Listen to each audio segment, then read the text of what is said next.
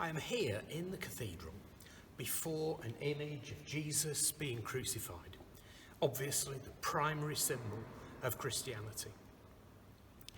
As we hold that in our minds, let's go back 2,000 years and more to Northern Europe, and recording this on Thor's Day, he of large hammer fame. Yesterday was Woden's Day.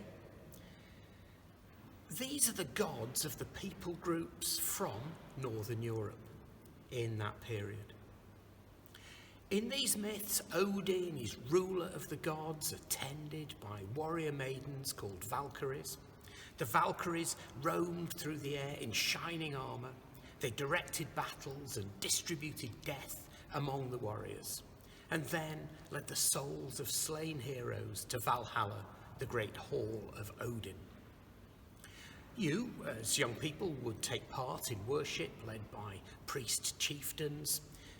To be outdoors under guardian trees or sacred wells, sacred stone circles, and it would include sacrifice of animals, even humans, somewhat different from the services we hold in school chapel and in the cathedral. In these services, the altar is for bread and wine.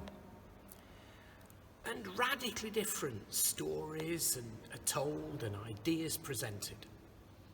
A hero who takes the role of a servant and washes his followers' feet, and who then got executed without putting up any fight. The stories we tell and listen to will shape the way we think.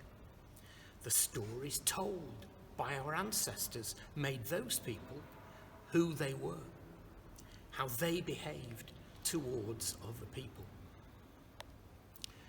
For the last 1,500 years or so, at this time of year, a very different story has been told in England.